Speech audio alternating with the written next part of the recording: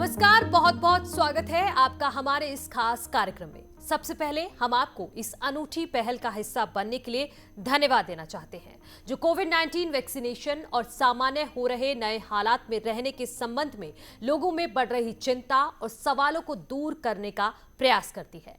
भारत अभी कोविड-19 महामारी से उभर रहा है और फिर से नई शुरुआत कर रहा है। यूं तो कोरोना संक्रमण का ये दौर कठिन रहा है और चुनौतियां अभी भी बनी हुई हैं। जैसे जैसे हम अनलॉक की ओर बढ़ते हैं और दैनिक गतिविधियों को फिर से शुरू करते हैं, वैसे वैसे कोरोना संक्रमण का खतरा बढ़ता है। आज हम कोविड-19 के बाद के न्यू नॉर्मल और वैक्सीनेशन के बारे में गहन चर्चा करेंगे। इस विषय पर चर्चा करने के लिए हमारे पास विशेषज्ञ हैं, जो आपके साथ अपने अनुभव और सलाह साझा करेंगे कि कोविड टीकाकरण के साथ लंबे समय तक और स्वस्थ कैसे रहना है। सबसे पहले आपको परिचय कराते हैं हमारे आज के एक्सपर्ट से। अग्रवाल हेल्थ केयर पटियाला के director doctor Rohit Agrawal ji, Max super speciality hospital Bathinda के department of diabetes and endocrinology के एचओडी और senior consultant doctor Sushil Kotru ji, और हॉली हेल्प हॉस्पिटल के हिसार के कंसल्टेंट फिजिशियन और डायबिटोलॉजिस्ट डॉक्टर संदीप सूरी जी। हमारे इस खास कार्यक्रम में आप सभी एक्सपर्ट्स का बहुत बहुत स्वागत है। आइए बातचीत के सिलसिले की शुरुआत करते हैं डॉक्टर रोहित अग्रवाल जी के साथ।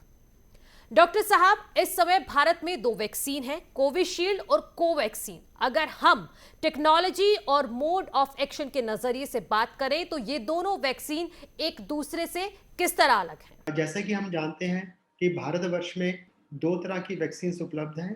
पहली तो हमारी खुद अपनी Hyderabad based technology Bharat biotech की तरफ से कोवैक्सीन उपलब्ध है। ये एक वैक्सीन होल इनएक्टिवेटेड वायरस से बनाई गई है।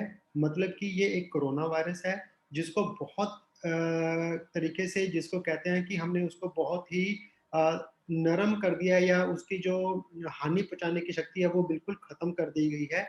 उसको हम इंजेक्ट करते हैं। वो इंजेक्शन के बाद वो हमारी बॉडी में इन्फेक्शन नहीं क्रिएट कर सकती, पर हमारी बॉडी उसको फ़ौरन वायरस समझ के एक तरह की इम्यूनिटी बना देती है। ये टोटली जो टेक्नीक है, ये भारत की खुद से बनाई हुई टेक्नीक है। जो दूसरी नई टेक्नीक है वो कोविशील्ड की तरफ से है। ये Covishield vaccine AstraZeneca pharma company की तरफ से बनाई गई है और इसको जो मैन्युफैक्चर है वो सीरम इंस्टीट्यूट ऑफ इंडिया वाले कर रहे हैं। ये कुछ नई टेक्निक से वैक्सीन बनाई गई है। इसमें एक लाइव वायरस एडिनो वायरस लिया गया है, जिसके ऊपर कोरोना वायरस के जो स्पाइक प्रोटीन्स होते हैं उसको अटैच किया गया है और ये हमारे अंदर इंजेक्ट करी जाती है। इससे जो एडिनो वायरस है वो बहुत ही हल्का और मामूली वायरस है, इससे इन्फेक्शन नहीं होती। पर जब ये हमारी बॉडी के अंदर जाता है तो हमारी बॉडी जो स्पाइक प्रोटीन्स उसके ऊपर लगी हुई हैं उसको एक फॉरेन बॉडी समझ के उसके अगेंस्ट बी सेल और टी सेल, जिसको हम इम्यूनिटी कहते हैं, वो बनाता है, जो हमें आने वाले कोरोना वैक्सीन वायरस से हमें बचा के रखे। डॉक्टर सुशील कोटरू जी, कोविड-19 वैक्सीन की डोज लेने के बाद इसे प्रभावी होने में कितना समय लगता है? पहले दोनों डोजेस लगना अनिवार्य है। अगर कोवैक्सीन के 2 डोजेस लगते हैं, इसमें बीच में टाइम गैप 4 to 6 वीक्स का होना चाहिए, जो एक हमारा जो ministry of health government of India की जो गाइडलाइंस है। और कोविशील्ड का जो रिसेंट गाइडलाइंस है इसमें 12 to 16 वीक्स का टाइम गैप होना चाहिए दोनों डोजेस का। दोनों डोजेस लगने के बाद जो एडिक्वेट या ऑप्टिमम इम्यून रिस्पॉन्स है उसमें 4 to 3 वीक्स का टाइम होता है, जब एक पेशेंट को कंप्लीट या एडिक्वेट या ऑप्टिमम इम्यूनिटी डेवलप हो जाती है। तो दोनों डोजेस लगना बहुत जरूरी है।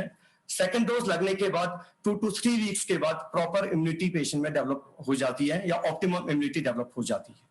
डॉक्टर संदीप सूरी जी, अगर किसी ने वैक्सीन की दोनों डोज ले ली हैं तो क्या फिर भी मास्क पहनने और सोशल डिस्टेंसिंग की जरूरत है? देखिए, आप मेरे को देख सकते हो, दोनों डोज मुझे लगी हुई हैं एंड स्टिल आई एम, और मुझे ये मास्क लगाया हुआ है और प्रोटेक्शन लिया हुआ है। तो सीधा आंसर है भैया, लेनी ही पड़ेगी। बचाव करना ही करना है हर हालत में। कोविड एप्रोप्रिएट बिहेवियर जिसको हम बोलते हैं, मास्क लगा के रखना है, आपस में दूरी बना के रखनी है और सैनिटाइजेशन रखनी है। हाथों को धोना 20 सेकंड के लिए, कम से कम आंखों को, नाक को और मुंह को कम से कम हाथ लगाना कम से कम चीजों को टच करना, ये बहुत जरूरी है, चाहे आप दोनों की दोनों वैक्सीन लगवा लीजिए। कारण क्या है? दोनों वैक्सीन की जो एफिकेसी, जैसे डॉक्टर रोहित ने बताया, डॉक्टर कोतरू ने भी बताया, 70 से 80% है। इसका मतलब जो 10 में से 10 मरीज अगर लगवाते हैं, 7 या 8 मरीजों को तो एंटीबॉडी रिस्पॉन्स आपका अच्छा आएगा। बाकी जो रिमेनिंग 2 और 3 मरीज हैं, उनको एंटीबॉडी रिस्पॉन्स अच्छा नहीं आएगा। कारण कहीं है। इसलिए आपको अपना बचाव करते ही रहना है। डॉक्टर रोहित अग्रवाल जी, क्या हार्ट पेशेंट्स या फिर वो लोग जिन्हें दिल का दौरा या स्ट्रोक हुआ हो, उन्हें कोविड-19 का टीका लगवाना चाहिए? जैसे कि हम लोग अपनी ओपीडी में प्रैक्टिस करते हैं, मैं डायबिटोलॉजिस्ट हूँ। हमारे डायबिटीज़ में जैसे कि आप हम सबको मालूम है कि हार्ट के मरीज़ों की संख्या ज़्यादा पाई जाती है, क्योंकि डायबिटीज़ हम एक तरह के हार्ट अटैक के बराबर ही मानते हैं। हमें लगभग दिन में 50 से 60 फ़ोन पक्का आते हैं, जिसमें ये पूछा जाता है कि सर मेरी ये दवाई चल रही है, मैं हार्ट पेशेंट हूँ, मुझे अभी स्टेंट पड़ा है, क्या मुझे ये कोरोना का टीका लगवाना चाहिए या नहीं लगवाना चाहिए? जितने भी सुनने वाले और देखने वाले दर्शक हैं, उनसे हम यही प्रार्थना करते हैं कि आपको टीका लगाना बहुत ज़्यादा ज़रूरी है, क्योंकि टीका लगाना से आपकी जो बचत है वो ज़्यादा होगी, नंबर 1। अगर आप टीका नहीं लगवाते और आपको कोरोना हो जाता है, तो उससे आपकी जो सीवियरिटी ऑफ डिज़ीज़ है, माइल्ड टू मॉडरेट और मॉडरेट से सीवियर बहुत जल्दी हो सकती है। आपको दोबारा से हॉस्पिटलाइज़ेशन भी होना पड़ सकता है जी। और ऑक्सीजन की रिक्वायरमेंट भी बढ़ सकती है। तो ये कोमॉर्बिडिटी वाले लोगों को, जिनमें डायबिटीज़ है, स्टेंट डले हुए हैं, कोई हार्ट डिज़ीज़ है या लंबे समय से कोई ब्लड प्रेशर का रोगी है, उनको ये टीका लगाना बहुत ज़्यादा ज़रूरी है, अगर उन्होंने अपने आप को इस खतरनाक बीमारी से बचाना है। डॉक्टर सुशील कोटरू जी, क्या टाइप 1 डायबिटीज वाले लोगों के लिए कोविड-19 टीका सुरक्षित है? क्या उन्हें टीकाकरण के दिन इंसुलिन की नियमित खुराक लेनी चाहिए? टाइप 1 डायबिटीज ज्यादातर बच्चों में होता है, जिसको हम जुवेनाइल डायबिटीज भी बोलते हैं ज्यादातर मोस्टली। तो टाइप 1 डायबिटीज में अभी तक जो हमारा रिकमेंडेशन है बच्चों में वैक्सीनेशन का, इंडिया में अबो 18 इयर्स के लिए वैक्सीनेशन जो रिकमेंडेशंस हैं, लेकिन अभी बाकी यूएसए में और बाकी कंट्रीज में, वेस्टर्न कंट्रीज में अबो 12 इयर्स ऑफ एज उन्होंने रिकमेंडेशंस आ गई है। इंडिया में अभी recommendations above 18 years of age है। टाइप 1 डायबिटीज अगर इस एज पर गाइडलाइंस आते अबाउट दिस एज आते हैं, तो उनको 100% वैक्सीनेशन के लिए जाना चाहिए, क्योंकि वो इम्यूनो कॉम्प्रोमाइज हैं, उनकी इम्यूनिटी कम है, उनको वैक्सीनेशन के लिए जाना चाहिए, नंबर 1। नंबर 2, क्या उनको इंसुलिन लगाना चाहिए? बिल्कुल एज पर रूटीन जो वो इंसुलिन जैसे लगाते हैं विद मॉर्निंग में विद देयर मील्स, और एक लॉन्ग एक्टिंग इंसुलिन लगता है उनको, वैसे ही लगाना चाहिए। बट अगर वैक्सीनेशन के बाद उनको फीवर आता है या वॉमिटिंग होती है या नोजिया होती है, माइल्ड सिम्टम्स जो आम लोगों को होते हैं, वैसे सिम्टम्स उनको भी आ सकते हैं। तो शुगर्स फ्लक्चुएट करते हैं, कुछ पेशेंट्स को हमने देखा है नेक्स्ट 1 या 2 दिन या 3 दिन शुगर्स फ्लक्चुएट करते हैं। इनको रिपीटेड अपने ब्लड शुगर्स चेक करनी चाहिए और इंसुलिन डोजेस टाइट्रेट करनी चाहिए। अगर डिहाइड्रेशन, फीवर है, वॉमिटिंग होता है, तो हाइड्रेशन का ध्यान रखना चाहिए, इसको हम सिक डे रूल्स बोलते हैं। तो रेगुलर मॉनिटर करना है, इंसुलिन डोज बिल्कुल लगाना है जब वो आते हैं वैक्सीनेशन के लिए। और माइल्ड सिम्टम्स जो एक आम पर्सन को जैसे सिम्टम्स आते हैं, वैसे सिम्टम्स इनको भी आ सकते हैं। डॉक्टर संदीप सूरी जी, क्या टाइप 2 डायबिटीज के साथ हाई बीपी और हार्ट पेशेंट्स के लिए टीकाकरण सुरक्षित है? हाँ जी, बिल्कुल सीधा आंसर है यस। कोई भी आजकल गाइडलाइंस के हिसाब से आप सबसे पहले देखिए कि क्या फेज 1 में किन लोगों को बोला गया था, वैक्सीन किन के लिए बोला गया था। 60 साल से ऊपर, 60 साल या 60 साल से ऊपर, दूसरे 45 प्लस जिनमें कोमॉर्बिड हो, और ये सारी चीजें कोमॉर्बिडिटी में आती हैं, जैसे sugar, type 2 diabetes, hypertension, heart disease, respiratory disease, ये पेशेंट सारे कोमॉर्बिड हैं। जब इनको हमने एज ग्रुप ही कम कर दिया, तो इसका मतलब इस तरह के लोग आर ऑन प्रायोरिटी लिस्ट, क्योंकि इनके सीवियर कोविड होने के चांसेस ज्यादा हैं, क्योंकि इनको बैकग्राउंड जो इनकी ऑर्गन्स हैं वो ऑलरेडी डिटोरेट हो चुके हैं, ऑलरेडी खराब हैं, उनमें थोड़ा थोड़ा दिक्कत है सब जगह। ऊपर से अगर कोविड आता है तो इनकी सीवियरिटी के, इनके बिगड़ने के चांस और जान को खतरा होने के चांसेस बढ़ जाते हैं। अब इनमें ऑलरेडी हम लोग वैक्सीनेशन, एडल्ट वैक्सीनेशन में इनको पहले भी प्रायोरिटी में रखते हैं, जैसे न्यूमोकोकल वैक्सीन हम लोग देते हैं इनको, इन्फ्लुएंजा वैक्सीन देते हैं, हेपेटाइटिस बी वैक्सीन देते हैं, और ये वैक्सीन इनको पहले भी लगती हैं और इसकी एफिकेसी और सेफ्टी पहले भी अप्रूव्ड है। इसी तरह कोविड की वैक्सीनेशन इस तरह के लोग हैं, टाइप 2 डायबिटीज के, हाइपरटेंशन के, हार्ट डिजीज के पेशेंट हैं, इनमें ये पहले से ही अप्रूव्ड है। अब बात दूसरी ये है, वैक्सीन एक तो क्लियर हो गया कि वैक्सीन इनको लगवाना ही लगवाना है। दूसरा ये है कि क्या कोई कॉन्ट्रा इंडिकेशन या कुछ प्रॉब्लम्स भी हो सकती हैं इनमें। जैसे शुगर का मरीज, अगर वो अनकंट्रोल्ड शुगर चल रही है काफी समय से और उसका एवरेज ब्लड शुगर बहुत हाई है और HbA1c उसका आपको 7.5 8 से ऊपर जा रहा है, जो मोस्ट ऑफ द टाइम देखने में आता है, तो थोड़ा सा अगर वेट करके शुगर कंट्रोल अगर अच्छा हो तो बहुत अच्छा रहेगा। इसी तरह ब्लड प्रेशर अगर 180/100 से अगर ज्यादा है, उसको प्रॉपरली कंट्रोल कर लो, क्योंकि कुछ समय के लिए 2-3 दिन के लिए ब्लड प्रेशर बढ़ भी सकता है इस वैक्सीन के बाद।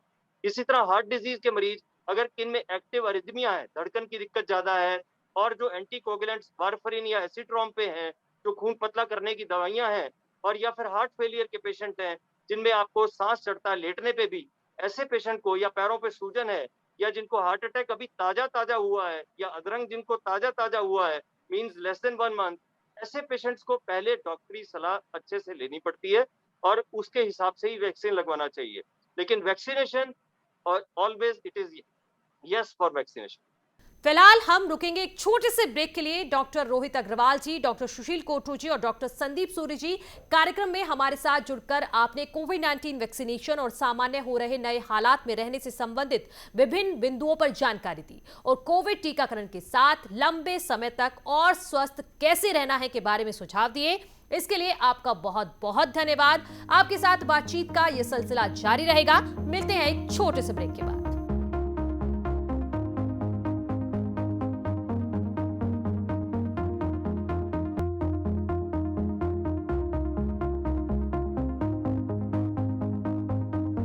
ब्रेक के बाद आपका एक बार फिर से बहुत बहुत स्वागत है। आज हम कोविड-19 के बाद के न्यू नॉर्मल और वैक्सीनेशन के बारे में बातचीत कर रहे हैं। आइए बातचीत के सिलसिले को अब आगे बढ़ाते हैं डॉक्टर रोहित अग्रवाल जी के साथ। डॉक्टर रोहित अग्रवाल जी, क्या ये टीका उन लोगों के लिए सुरक्षित है जिनकी हार्ट सर्जरी हुई हो या जिनमें स्टेंट लगे हैं?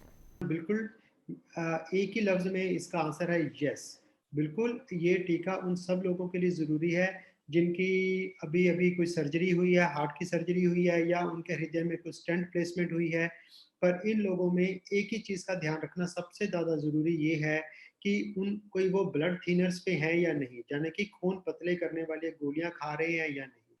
अगर कोई भी ऐसा पेशेंट ब्लड थिनर्स के ऊपर हो तो टीका लगाने से पहले एक दिन पहले या सेम डे उसका INR टेस्ट, INR का मतलब होता है international normalised ratio, INR test करवाना बहुत ज़्यादा ज़रूरी है और इसकी जो वैल्यू है वो हमें 2 और 3 के बीच में रखनी है।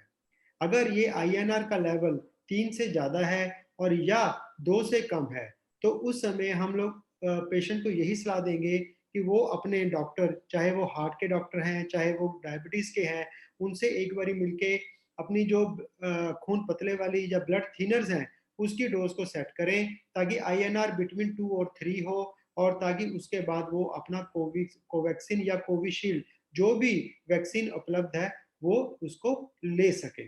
डॉक्टर सुशील कोटरू जी, क्या डायबिटीज के मरीजों को टीकाकरण के बाद अलग अलग दुष्प्रभाव होते हैं? क्या ऐसे लोगों की किसी तरह की कोई विशेष देखभाल की जानी चाहिए? डायबिटीज पेशेंट के भी सिम्टम्स जैसे जनरल पॉपुलेशन जो वैक्सीनेशन के लिए जाते हैं वैसे कॉमन सिम्टम्स वैसे ही रहते हैं।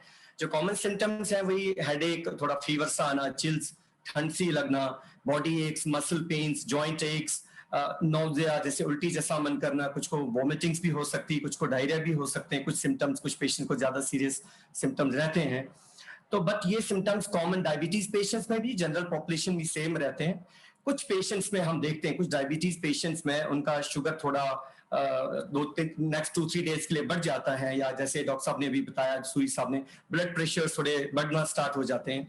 तो हमें मॉनिटर करना चाहिए शुगर नेक्स्ट 2-3 डेज के लिए और ब्लड प्रेशर मॉनिटर करना चाहिए। और अगर शुगर्स बढ़ जाते हैं तो हमें इंसुलिन डोज या मेडिसिन को देखना पड़ेगा कि टाइट्रेट तो नहीं करना। हाइड्रेशन इंपॉर्टेंट है, hydration means plenty of fluids, क्योंकि अगर फीवर आता है तो हाइड्रेशन इंपॉर्टेंट है, शुगर्स बढ़ जाते हैं तो शुगर्स बढ़ने से डिहाइड्रेशन हो सकता है, वो इंपॉर्टेंट है, हमें हाइड्रेशन का ध्यान रखना पड़ेगा। सिक डे रूल्स यही होता है कि शुगर पेशेंट्स को अगर फीवर आता है, नोजिया, वोमिटिंग होता है, डायरिया होता है, तो उस टाइम शुगर मॉनिटर करना जी। चाहिए। कभी कभी कुछ पेशेंट्स को शुगर बढ़ने से यूरिन में कीटोन्स, मतलब वो एसिडिक हो जाती है बॉडी, तो हमें यूरिन में कीटोन चेक करना जरूरी है अगर टाइप 1 डायबिटीज है। तो अगर ऐसी कुछ चीजें होती हैं तो अपने डॉक्टर से मशवरा करना जरूरी है। डॉक्टर संदीप सूरी जी, जो महिलाएं पीसीओएस और मोनोपोज के लिए दवा ले रही हैं, कोविड-19 के दौरान उन्हें अपनी स्थिति को बेहतर रखने के बारे में क्या आप कोई सलाह देना चाहेंगे? पीसीओडी और मिनोपॉज, दो पोस्ट मिनोपॉजल पेशेंट्स, ये दो इस तरह के एक सिचुएशंस लाइफ जर्नी में फीमेल्स के अंदर, वुमेन के अंदर ये एक जर्नी है, एक डिजीज है पीसीओडी, जिसमें हाइपर इंसुलिनीमिया होता है, इंसुलिन रेजिस्टेंस होता है, जिसमें ओवुलेटरी इश्यूज होते हैं, और ये जो पेशेंट होते हैं ये ओवरवेट, ओबीस होते हैं, और उनका शुगर का लेवल भी थोड़ा सा हायर होता है, प्री डायबिटीज रेंज में चले जाते हैं। ऐसे पेशेंट्स बहुत ज्यादा वनरेबल होते हैं इनको कोविड होने के और कोविड के आगे सीवियर सिकनेस बढ़ने के। तो इनमें वैक्सीनेशन बहुत इंपॉर्टेंट है। दूसरा, जो पोस्ट मिनोपॉजल, पेरीमिनोपॉजल फीमेल्स हैं, ये इनके अंदर जो मिनोपॉज से थोड़ा बहुत बेनिफिट मिल रहा होता है in comparison to male patient, जो वो अब जा चुका होता है, और ये लोग बहुत हाई रिस्क होते हैं coronary disease, heart disease, sugar होने के, ब्लड प्रेशर होने के। तो इनमें भी वैक्सीनेशन बहुत ज्यादा इंपॉर्टेंट है।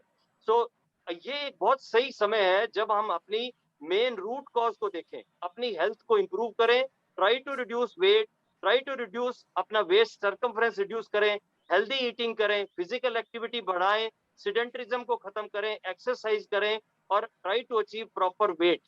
और ये मेटाबॉलिक प्रोफाइल को इंप्रूव करने का बहुत सही समय है, सही समय है। नहीं तो आगे आने वाले आपको वायरसेस और कुछ भी पैंडेमिक आपको कभी भी हिट करेंगे। आप ये कभी मत भूलिए कि अंडरलाइन जो हमारा मेटाबॉलिक जो वैल्यू है, जो मेटाबॉलिक वातावरण है हमारा, वो बहुत डैमेज हो चुका है, उसको सेट करना बहुत जरूरी है। डॉक्टर रोहित अग्रवाल जी, जो मरीज रक्त को पतला करने वाली दवा का इस्तेमाल करते हैं, उनके लिए टीकाकरण और दवा जारी रखने के संबंध में क्या आप कोई विशेष सलाह देना चाहेंगे? जैसे मैं पहले भी बता चुका हूँ, अगर कोई ब्लड थिनर्स या खून पतले वाली दवाइयाँ ले रहे हैं तो उसके लिए विशेष यही है कि अपना INR जरूर चेक कराएं। INR बिटवीन 2 और 3 रखें। अगर वो ज़्यादा या कम है, जहाँ से भी उनकी दवाई चलती है, कोई हार्ट स्पेशलिस्ट है, कार्डियोलॉजिस्ट है, उनसे संपर्क करके अपनी दवाई की जो डोज है उसको सेट करें। INR 2 और 3 जब हो जाएगा बीच में, तभी वो अपना कोवैक्सीन या कोविशील्ड का वैक्सीनेशन करवाएं। क्योंकि अगर हमारा खून बहुत ज़्यादा पतला है, हमने ये चेक नहीं कराया, इंजेक्शन साइट पे हल्का सा ब्रूस होने के चांसेस होते हैं। जो हल्का सा ब्रूस बन जाता है वो यूजुअली अपने आप ही ठीक हो जाता है, आइसिंग वगैरह करके ठीक हो जाता है। अगर हमारा INR ज़्यादा है, खून बहुत ज़्यादा पतला है, तो वो ब्रूस ज़्यादा बढ़ जाएगा, जिससे हमें बाद में ट्रीटमेंट करने में भी हल्की सी दिक्कत महसूस हो सकती है।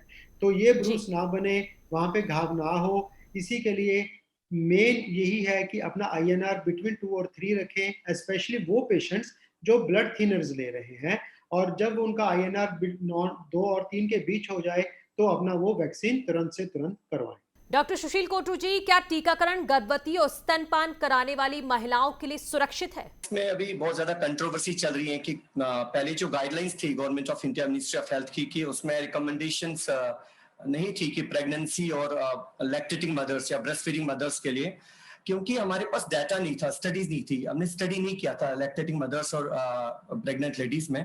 बट रिसेंटली अभी अप्रूवल आ गया है ब्रेस्ट फीडिंग मदर्स के लिए, क्योंकि देखा गया कि सच कोई ऐसी कोई प्रॉब्लम्स नहीं आनी चाहिए ब्रेस्ट फीडिंग मदर्स को। उनको हम क्यों इससे वंचित रखें इस वैक्सीनेशन के लिए, क्योंकि this is life saving vaccination, and इसको अगर हम उनसे वंचित रखेंगे तो, क्योंकि अगर ये इनको डिजीज लग जाती है तो ये प्रॉब्लम्स इश्यूज क्रिएट कर सकता है। तो मे में अभी रिसेंटली उनके लिए अप्रूवल आ गया है, तो ब्रेस्ट फीडिंग लेडीज में ये दे सकते हैं, अप्रूव्ड है। अगर कोई भी प्रेग्नेंट लेडी वैक्सीनेशन के लिए जाना चाहे तो दैट्स देयर ओन डिस्क्रिप्शन, वो डॉक्टर से एक लेटर बना सकते हैं कि I am pregnant, I want to go for the vaccination, और देयर डिस्क्रिप्शन है, वो जा सकते हैं वैक्सीनेशन के लिए।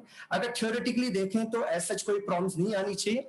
फर्स्ट 3 मंथ्स नहीं लगाएं, नेक्स्ट 6 मंथ्स जो सेकंड ट्राइमेस्टर या थर्ड ट्राइमेस्टर में लगा सकते हैं। पॉजिटिव बेनिफिट्स ही होंगे, सीरियस निमोनिया से बच सकते हैं, सीरियस कोविड इन्फेक्शन में मॉडरेट टू सीवियर निमोनिया हो सकता है इससे।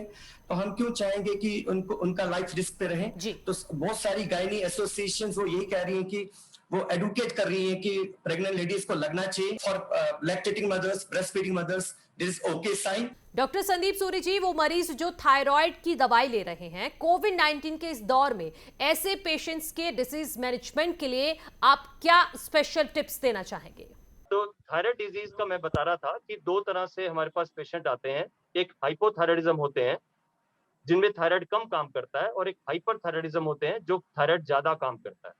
तो पहली बात तो ये है कि वैक्सीन से पहले अच्छा रहेगा आपका दोनों तरह का थायराइड कंट्रोल हो दवाइयों से, क्योंकि हाइपरथायराइडिज्म में एक दिक्कत आ सकती है कि अगर आपका ज्यादा है, थायराइड बढ़ा हुआ है और कंट्रोल नहीं आ रहा है, तो वैक्सीन से थोड़े समय के लिए फीवर बढ़ सकता है, दिल की धड़कन बढ़ सकती है, घबराहट बेचैनी बढ़ सकती है, पसीना आ सकता है। तो ये हम दवाइयों से कंट्रोल कर लेते हैं, लेकिन वैक्सीन इनको लगवाना ही है हर आदमी। दूसरी बात ये है कि ये जो वायरस जी। है, ये हमारी थायराइड ग्लैंड को अटैक भी करता है। आजकल हमारे पास जो पेशेंट आने शुरू हुए हैं, वो सब क्लिनिकल थायराइडाइटिस या सब क्लिनिकल थायराइडाइटिस के आने शुरू हुए हैं, जिनमें थोड़ा-सा कुछ समय के लिए हाइपरथायराइडिज्म में जाते हैं, फिर वो नॉर्मल हो जाते हैं। ऐसे 3-4 केसेस हमारे पास आ गए, जो फर्स्ट टाइम डायग्नोज हुए हैं हाइपरथायराइडिज्म, और फिर वो स्टेबल हो गए। अब वो बिना थायराइड की दवाइयों के हैं या सिंपल बीटा ब्लॉकर की दवाइयों पे हैं। ऐसा भी आना लग गया है, क्योंकि ये जो वायरस है, ये थायराइड ग्लैंड पे अटैक करता है, इसके रिसेप्टर वहां भी होते हैं। डॉक्टर रोहित अग्रवाल जी, डॉक्टर सुशील कोठू जी और डॉक्टर संदीप सूरी जी, कार्यक्रम में हमारे साथ जुड़कर आपने कोविड-19 वैक्सीनेशन और सामान्य हो रहे नए हालात में रहने से संबंधित विभिन्न बिंदुओं पर जानकारी दी है, और कोविड टीकाकरण के साथ लंबे समय तक और स्वस्थ कैसे रहना है के बारे में सुझाव दिए हैं। इसके लिए आप सभी एक्सपर्ट्स का बहुत बहुत धन्यवाद। इस खास कार्यक्रम के जरिए कोविड-19 वैक्सीनेशन और सामान्य हो रहे नए हालात में रहने के संबंध में लोगों में बढ़ रही चिंता और सवालों को दूर करने की अनूठी पहल की गई है। इस अनूठी पहल का हिस्सा बनने के लिए आपका बहुत धन्यवाद। हमें पूरी उम्मीद है कि हमारे एक्सपर्ट्स के सुझाव और दी गई जानकारियां उपयोगी साबित होंगी। इसी के साथ अब मुझे दीजिए अनुमति। नमस्कार।